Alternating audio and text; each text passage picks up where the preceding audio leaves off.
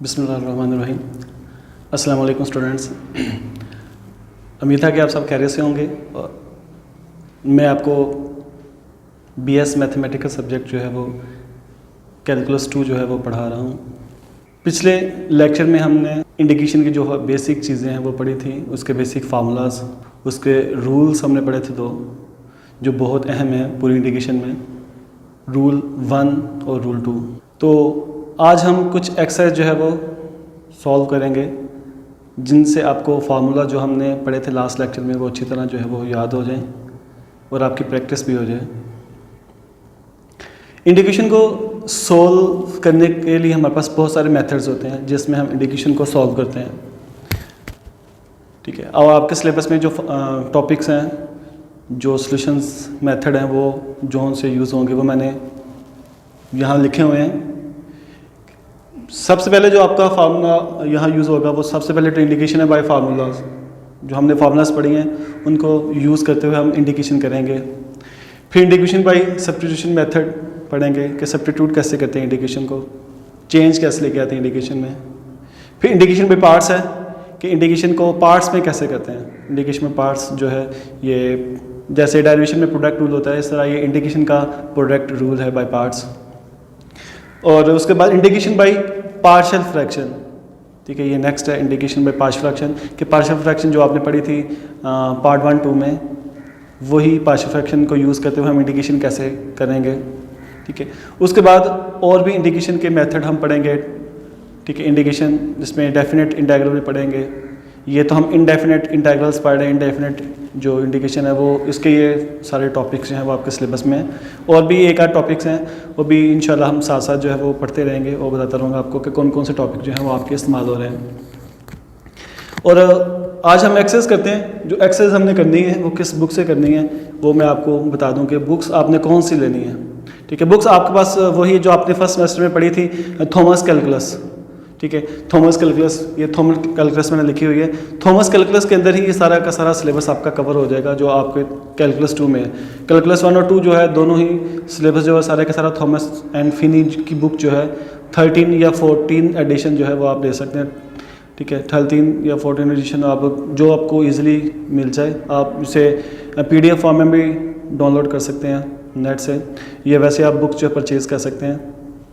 तो स्टार्ट करते हैं हम कि हमने कौन कौन से जो टॉपिक पढ़ने हैं उनमें हम आज सबसे पहला टॉपिक पढ़ते हैं कि इंडिकेशन बाय फार्मूलाज, कि फार्मूला के ज़रिए इंडिकेशन जो है हम कैसे करते हैं। ठीक है, ये हम थॉमस फिनी की बुक जो है उसमें से ये एक्सरसाइज कर रहे हैं। उसकी एक्सरसाइज है 4.7। तो 4.7 में ये इस फार्मूला से रेलिवेंट जो है वो क्वेश्चन उसमें दिए हुए हैं, तो वही आज हम पढ़ेंगे। तो एक्सरसाइज मैंने बता दी आपको। ठीक है, एक्सरसाइज नंबर जो है वो है 4.7। ठीक है, 4.7 के क्वेश्चन जो है उसमें से हम ये क्वेश्चन कर रहे हैं। तो क्वेश्चन स्टार्ट करते हैं। ठीक है, कोई भी हम क्वेश्चन पढ़ते हैं। उसका देखिए सबसे फर्स्ट क्वेश्चन है वो है फर्स्ट क्वेश्चन का ए पार्ट, इंटीग्रल ऑफ 2x कि 2x की आपने इंडिकेशन जो है वो करनी है। 2x की इंडिकेशन करने का तरीका क्या होगा? सबसे पहले तो हम जो इंटीग्रल है उसको कांस्टेंट से बाहर लेके आते हैं। कोई भी कांस्टेंट आ जाए, जो कोफिशिएंट होता है उसको हम इंटीग्रल से बाहर रखेंगे। उसके बाद फिर हम उस पर रूल्स अप्लाई करेंगे। रूल इसकी पावर देखिए 1 है तो पावर रूल लगाएंगे, पावर में 1 ऐड कर देंगे और उसी से ही डिवाइड कर देंगे। इंडिकेशन इसकी हो गई है इसलिए हम साथ c ऐड कर देंगे।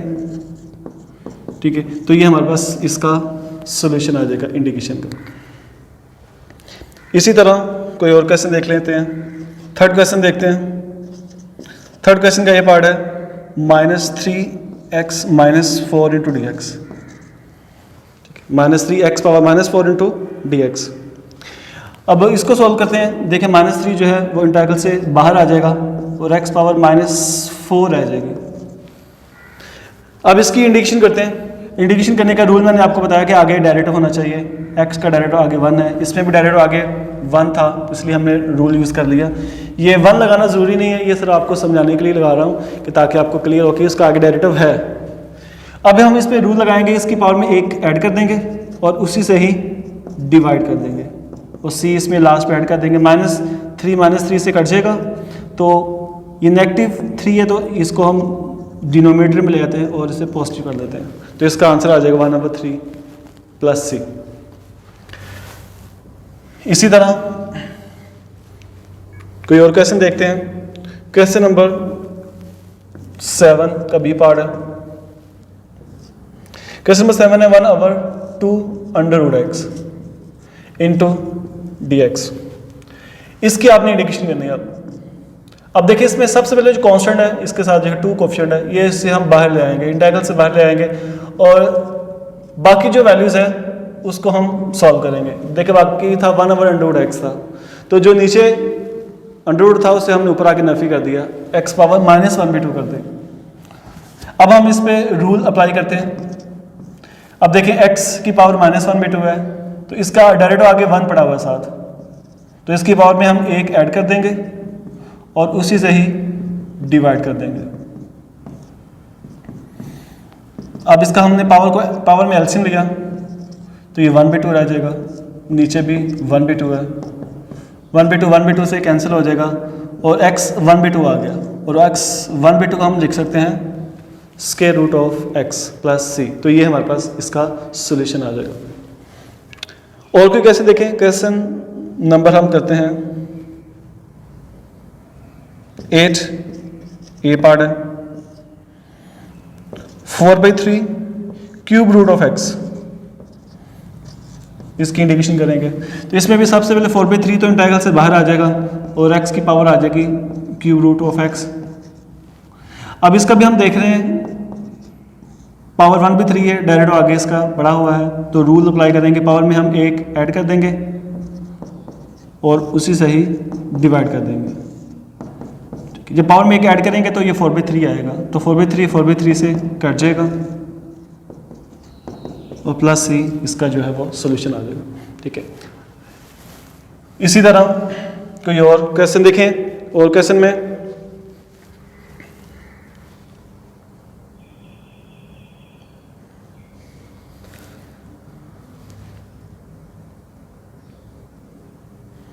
अब क्वेश्चन नंबर 8 का सी पार्ट है वो हम पढ़ते हैं।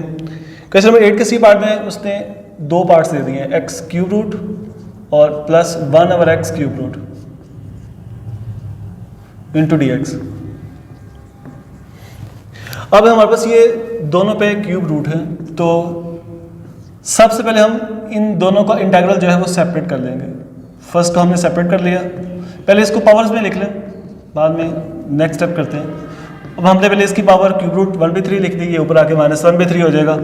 अब इन दोनों को हम सेपरेट कर लेंगे, फर्स्ट को सेपरेट करेंगे और सेकंड को सेपरेट। दोनों को अलग करने के बाद अब हम इन दोनों पे इंडिकेशन का फार्मूला जो है वो यूज़ करेंगे। ठीक, इंडिकेशन का फार्मूला क्या था कि पावर में हम 1 ऐड करते हैं, इसमें जब 1 ऐड करेंगे तो 4/3 आ जाएगा और उसी से ही डिवाइड कर देंगे। और इसी तरह जब इसकी पावर में हम 1 ऐड करेंगे तो ये आ जाएगा 2/3 और वही इसके डिनोमिनेटर में आ जाएगा 2/3। ये नेक्स्ट टाइम में हम इसे ऊपर आके चेंज कर देंगे, नीचे ऊपर आएगा तो ये उलट जाएगा और ये भी नीचे वाली वैल्यूज को ऊपर हम ले आएंगे। इसी तरह देख हम इसको सॉल्व कर सकते हैं। नेक्स्ट क्वेश्चन देखते हैं। नेक्स्ट क्वेश्चन हमारे पास है क्वेश्चन नंबर 21 है 2x cube -5x + 7 into dx। ये हमारे पास क्वेश्चन है 2x क्यूब -5x + 7। अब इसकी आपने इंडिकेशन करनी है। अब पहले तो हम एक एक वैल्यूज़ की इंडिकेशन कर रहे थे, यहाँ उसने आप देखें 2 वैल्यूज़ की अब हम 2 से ज़्यादा वैल्यूज़ की इंडिकेशन करना सीखेंगे कि उसको कैसे हल करते हैं। 2 से ज़्यादा इंडिकेशन करने का भी वही मेथड है। सबसे पहले तो हम तमाम जो वैल्यूज़ है फंक्शन उन सबको अलग कर लेंगे। ये 3 फंक्शन है, तीनों को हम अलग करेंगे। ठीक है, कांस्टेंट उनके इंटीग्रल से बाहर लिख लेंगे और तमाम फंक्शन जो है वो अलग कर देंगे। 7 बाहर आएगा तो अंदर सिर्फ कांस्टेंट 1 कोएफिशिएंट यूज़ करा जाएगा।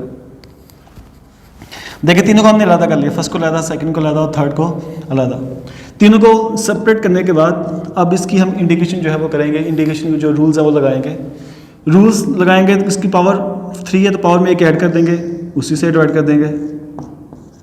यहाँ इसकी पावर 1 है तो इसकी पावर में भी 1 ऐड करेंगे, उसी से डिवाइड करेंगे। और 1 की इंडिकेशन होती है x। देखिए हमने तीनों की इंडिकेशन जो है वो कर दी। इंडिकेशन करने के बाद अब इसे हम सिंप्लीफाई कर लेंगे एक स्टेप में, तो ये हमारे पास सॉल्यूशन आ जाएगा इस इंटीग्रल का। ठीक है, इस तरह हम इसको सॉल्व कर सकते हैं। और हम कोई देखते हैं जिसमें फंक्शन ज़्यादा हो सकते हैं, जैसे कि हमारे पास है ये सारे सिंपल से क्वेश्चन है, कोई इतने ज़्यादा कॉम्प्लिकेटेड क्वेश्चन नहीं है कि जो आपको प्रॉब्लम हो। ये उसने बेसिक क्वेश्चन सारे के सारे आपको दिए गए हैं कि फार्मूला के जरिए आप कैसे क्वेश्चंस को सॉल्व करेंगे।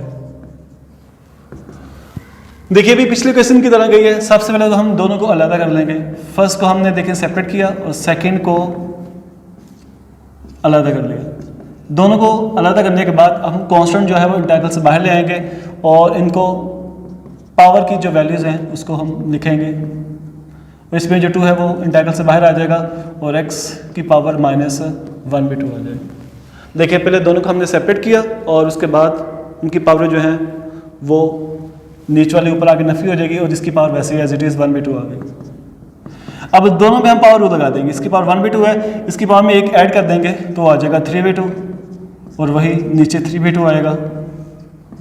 और यहाँ भी इसकी पावर में भी हम 1 ऐड कर देंगे 1/2 और वही नीचे आ जाएगा 1/2। ये ऊपर आगे उलट जाएगा तो 2 से कट जाएगा तो सिर्फ 1/3 रह जाएगा हमारे पास। ये 2 ऊपर आगे मल्टीप्लाई हो जाएगा 4 हो जाएगा और हम इसको अंडर रूट में लिख लेंगे, तो ये हमारे पास इसका सोल्यूशन आ जाएगा। ठीक है, इस तरह इंडिकेशन में जब भी आपने करनी है तो पहले आपने एक से ज़्यादा फंक्शन है, पहले देखिए एक फंक्शन था हमारे पास। ठीक है, एक फंक्शन था तो उससे हम डायरेक्ट ही सॉल्व कर रहे थे, कांस्टेंट को बाहर ले आते हैं और बाकी हम पावर रूल लगा रहे थे। ठीक है, और इस तरह 2 फंक्शन आ जाएंगे, 2 से ज़्यादा फंक्शन आ जाएँ तो पहले दोनों फंक्शन को सेपरेट करना है। सेपरेट करने के बाद फिर हम जो है उस पर इंडिकेशन के जो फार्मूलाज हैं वो अप्लाई करेंगे। ठीक है, जैसे इसमें 3 फंक्शन है, इसमें 2 फंक्शन है, तो पहले हमने इन दोनों को अलग किया और फिर उसके बाद इसको हल किया।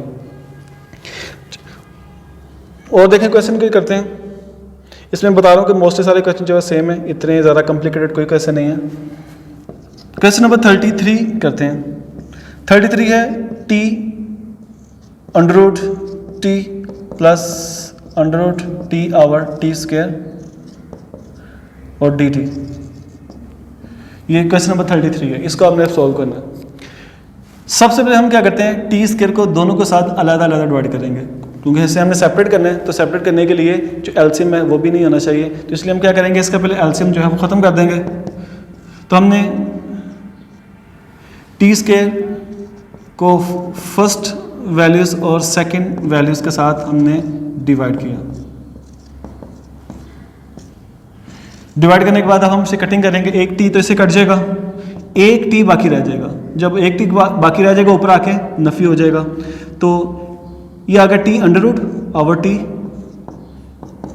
और इसकी तो पावर अभी काट नहीं सकती। नेक्स्ट टाइम में इसको सॉल्व करते हैं। हमने सिर्फ ये टी इस टी इसके से काट दिया। अब हम इस टी को ऊपर आके नफी कर देते हैं। अब इस टी की पावर है 1/2 और इस टी की पावर है ऊपर आके -1 हो गया। इस फर्स्ट को अलग कर लिया और सेकंड में भी इस टी की पावर 1/2 और ये टी की पावर ऊपर आके -2 हो गया। ठीक है, ये हमने दोनों को देखिए अब अलग कर लिया और नीचे वाली पावर को भी ऊपर आके हमने नेगेटिव कर दिया। अब हम जानते हैं कि जब 2 वैल्यूज आपस में मल्टीप्लाई हों तो उनकी पावरें आपस में ऐड हो जाती हैं। ये मल्टीप्लाई हो रही हैं तो उनकी पावरें आपस में जब ऐड होंगी तो आ जाएगा -1/2, और ये भी 2 मल्टीप्लाई हो रहे हैं तो उनकी पावरें ऐड हो जाएंगी तो आएगा -3/2। देखिए दोनों की पावरें आपस में ऐड कर ली। अब हम पावर रूल यूज़ करते हैं इंडिकेशन का। पावर रूल है कि पावर में 1 ऐड कर देते हैं और उसी से ही डिवाइड कर देते हैं, और यहाँ भी इसकी पावर में भी 1 ऐड करेंगे और उसी से ही डिवाइड कर देंगे। ठीक है, तो ये हमारे पास सोल्यूशन आ जाएगा 2 under root T -2 over 1/√t plus c। ठीक है, तो नेगेटिव पावर को हम डिनोमिनेटर में लेके आके पॉजिटिव कर लिया और इसको हमने वैसे ही अंडर रूट में लिख दिया। ठीक है, इस तरह ये हम बेसिक क्वेश्चन जो है वो कर रहे हैं। ये एक्सरसाइज 4.7 के केस में कौन कौन से रूल के मुताबिक से हम हल कर सकते हैं। ठीक है, हमने देखे इसके सिंगल फंक्शन को हल करना सीखा। अगर 2 आ जाए या 2 से ज़्यादा आ जाए तो उसको कैसे हल करते हैं, अगर डिवाइड में आ जाएं तो उसको कैसे हल करते हैं। मज़ीद कुछ क्वेश्चन करते हैं अब, ट्रिग्नोमेट्रिक फंक्शन के भी कुछ क्वेश्चन करते हैं ताकि आपको उसकी प्रॉब्लम भी जो है वो भी क्लियर हो जाए कि उनको क्वेश्चन को कैसे सॉल्व किया जाएगा।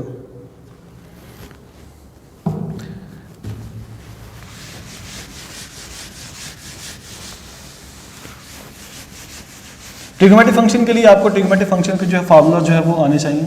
अगर आपको फार्मूलाज नहीं आते तो ये क्वेश्चन आप सॉल्व नहीं कर सकते, ठीक है। तो हम देखते हैं कि क्वेश्चन को कैसे सॉल्व करेंगे इन ट्रिग्नोमेट्रिक फंक्शन में, ठीक है। ट्रिग्नोमेट्रिक फंक्शन के क्वेश्चन ये मिक्स इसने क्वेश्चन दिए हुए इस एक्सरसाइज के अंदर। तो दोबारा हम पीछे आते हैं, क्वेश्चन नंबर 11 में जा रहे हैं। 11 क्वेश्चन में जा रहे हैं तो 11 क्वेश्चन में इसने दिया हुआ है हमारे के 3 sin x into D x, ठीक है। ये 3 sin x dx है।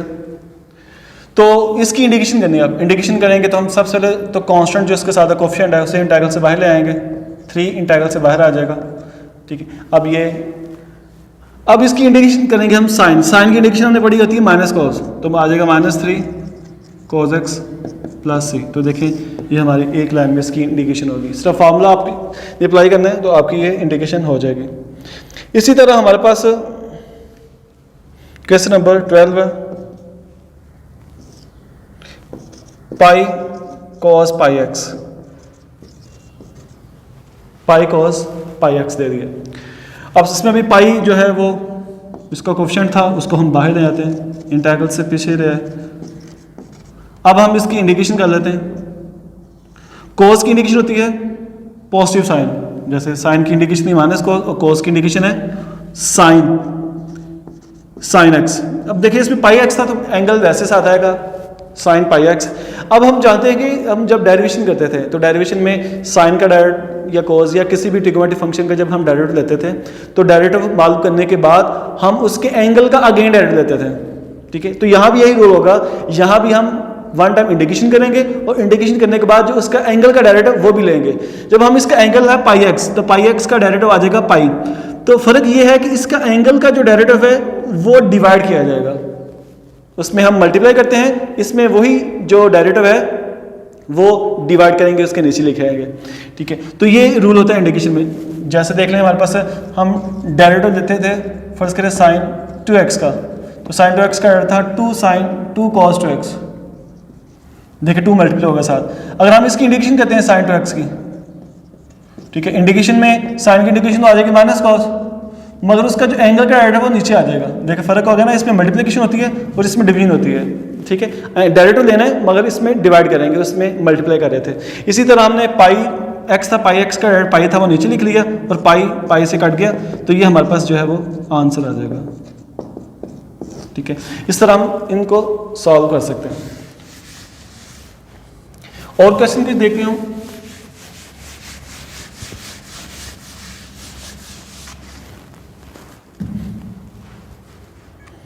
क्वेश्चन नंबर 13 है ये, 13th question. 2/3 secant square x by 3 into dx, ये हमें दे दिया 2/3 secant square x by 3। अब जब हम इसे सॉल्व करेंगे सबसे पहले तो कोफिशिएंट इसका इंटीग्रल से बाहर आएगा और secant square जो है वो साथ रह जाएगा, ठीक। अब इसकी इंडिकेशन करते हैं। जब इसकी इंडिकेशन करेंगे तो secant square की इंडिकेशन जो है वो होती है tan x, तो इसका एंगल एज इट इज आएगा, secant square x by 3 है तो tan x by 3 आ जाएगा।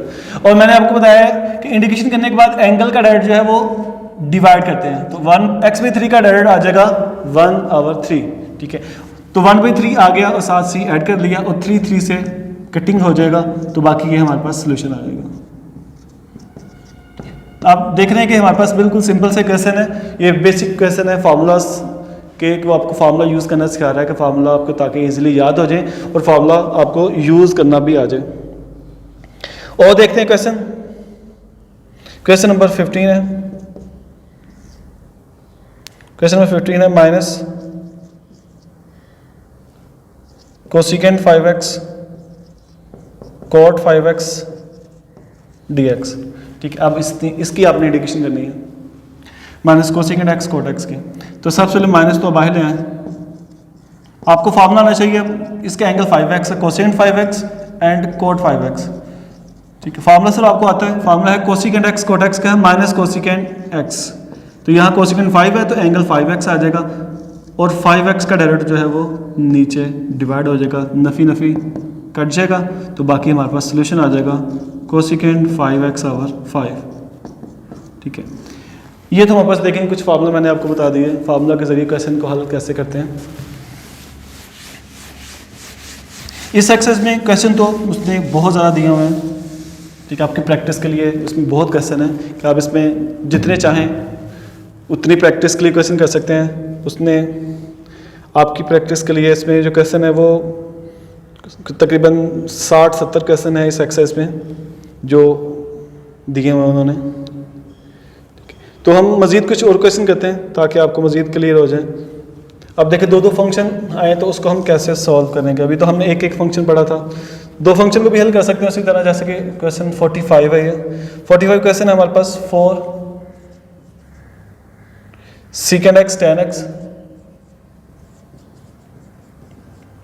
माइनस 2 secant square x, ये क्वेश्चन हमारे पास है। सबसे पहले हम क्या करेंगे, दोनों को सेपरेट करेंगे। ये 2 फंक्शन है, एक secant x tan x का और एक 2 secant square x का।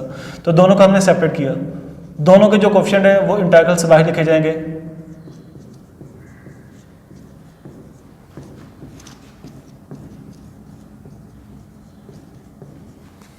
उसके बाद secant x tan x की इंडिकेशन होती है secant x, और secant square x की इंडिकेशन होती है tan x। ठीक है, तो इस तरह देखिए हमारे पास ये आंसर आ जाएगा। देखिए 2-4 लाइनों में इसका आंसर आ जाएगा। आपने सिर्फ क्वेश्चन को अरेंज करना है, उनको अलग करना है, उसके बाद फार्मूलाज यूज़ कर लेने हैं। ठीक है, तो ये हमारे पास इंडिकेशन को हल करने के उसने कुछ क्वेश्चन दिए हुए हैं। इसी तरह और कुछ चीज़ें हैं जो आपको बता दूं ताकि आप उसको ज़हन नशीन कर लें कि हमारे पास क्वेश्चन है 51 है 51, 1 + tan square x into D x. ठीक है, 1 + tan square x इसने दिया हुआ है, इसकी इंडिकेशन करनी है। ठीक है, अब हम यहाँ 1 + tan square x है तो हम यहाँ 1 + tan square x का फार्मूला भी यूज़ कर सकते हैं जो हमने ट्रिग्नोमेट्रिक फंक्शन में पढ़े थे कि 1 + tan square x होता है secant square x। ठीक है, वो फार्मूला यूज़ करके भी हम कर सकते हैं। ठीक है, और 1 + tan square x का हमने फार्मूला यूज़ कर लिया, वो होता है secant square x। और secant square x की इंडिकेशन करेंगे तो वो तो जस्ट 1 लाइन में है, secant square x तो इंडिकेशन आ जाएगी tan x। अगर फर्स्ट करें हमारे पास ये तो क्वेश्चन 51 था, इसमें इसने बताया हुआ है, फार्मूला बस आ दिया हुआ है। अगर 52 इसने दिया है इसी तरह के 2 + secant 2 tan square x आ गया। अब इस पर हम फार्मूला कैसे यूज़ करेंगे। ठीक है, तो तरीका वही है, पहले हम दोनों को अलग करेंगे, 1 को अलग कर लेंगे और tan square x को अलग कर लेंगे। दोनों को अलग करने के बाद 2 बाहर आ जाएगा, 1 की इंडिकेशन कर देंगे। 1 की इंडिकेशन होती है x, और secant square की इंडिकेशन नहीं होती हमारे पास। याद रखिएगा कि secant square हमने फार्मूले जो पढ़े हैं उसमें हमने देखा होगा कि sin square, cos square, tan square, cot square, इन 4 फंक्शन की स्क्वायर में इंडिकेशन नहीं है। स्क्वायर में सिर्फ 2 फंक्शन की इंडिकेशन है, एक secant square की और एक cosecant square की। बाकी 4 फंक्शन sin, cos और tan और cot, इन स्क्वायर में इनकी इंडिकेशन नहीं है। तो उसके फार्मूला भी आपको मैं बता देता हूँ कि किस तरह आप उसकी इंडिकेशन करेंगे। जैसे अभी ये क्वेश्चन आ गया है secant square x, tan square x, तो tan square x की इंडिकेशन नहीं है डायरेक्ट फार्मूला, तो हम tan square x का फार्मूला यूज़ करेंगे। tan square x का आपने फार्मूला पढ़ा था ट्रिग्नोमेट्रिक फंक्शन में, जो ट्रिग्नोमेट्री की थी आपने फर्स्ट ईयर में। secant square का फार्मूला था tan square होता है secant square x - 1। ठीक है, tan square x होता है secant square x - 1। तो हमने tan को पहले secant में कन्वर्ट किया, चेंज किया, क्योंकि हमारे पास secant square की इंडिकेशन थी, तो हमने इसे अब secant square की इंडिकेशन में कन्वर्ट कर लिया। अब इसकी इंडिकेशन कर सकते हैं, secant square की इंडिकेशन आ जाएगी tan x और 1 की इंडिकेशन आ जाएगी x। तो 2x में से 1x गया, सिर्फ x रह गया और tan x आ गया। इसको हल करने के और बड़े तरीके होते हैं, बहुत सारे मेथड, इंडिकेशन को सॉल्व करने के बहुत सारे मेथड होते हैं, इसलिए मैंने आपको ये सिंपल मेथड से करवाया कि आप दोनों को अलग करके आसानी से इंडिकेशन कर सकते हैं। और आपको एक अहम जो चीज़ है वो बता दूं जो इसमें इस्तेमाल होगी,